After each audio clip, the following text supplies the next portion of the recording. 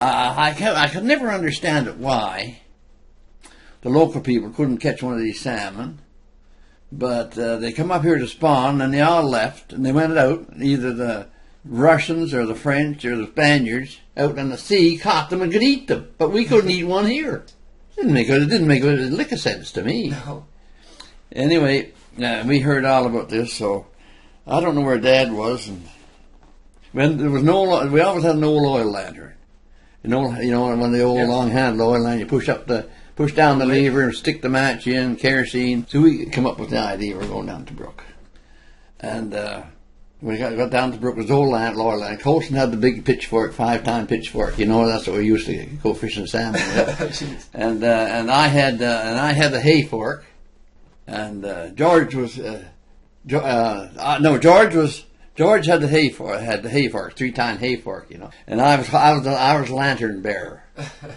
And anyway, we got down and got in the brook and never expected to see anything. The first thing is you don't know how much light them old oil lanterns have, but being young fellows and eyes sharp as weasels, and Colson pinned this salmon. I know he was 3 feet long. Really? And there were 3 of us out in the brook. The first thing, I was holding the lantern. The first thing, they were yelling at me, hold the light, over here. And then Colson pinned this salmon.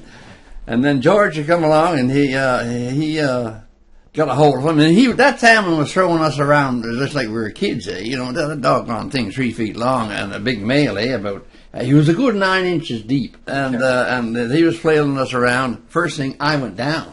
One of them fell up against me, and I went down. I went into the water, but you know what? I never let that light go under the water. The arm was up, because this water was, we were only anywhere from, I suppose I was a little over, perhaps 3 feet tall or shorter, and I went under the water, and I was holding the lantern out. Colson reached down, caught me by the shirt, and hauled me up like a wet rag. I was still holding on. We got that darn fish ashore.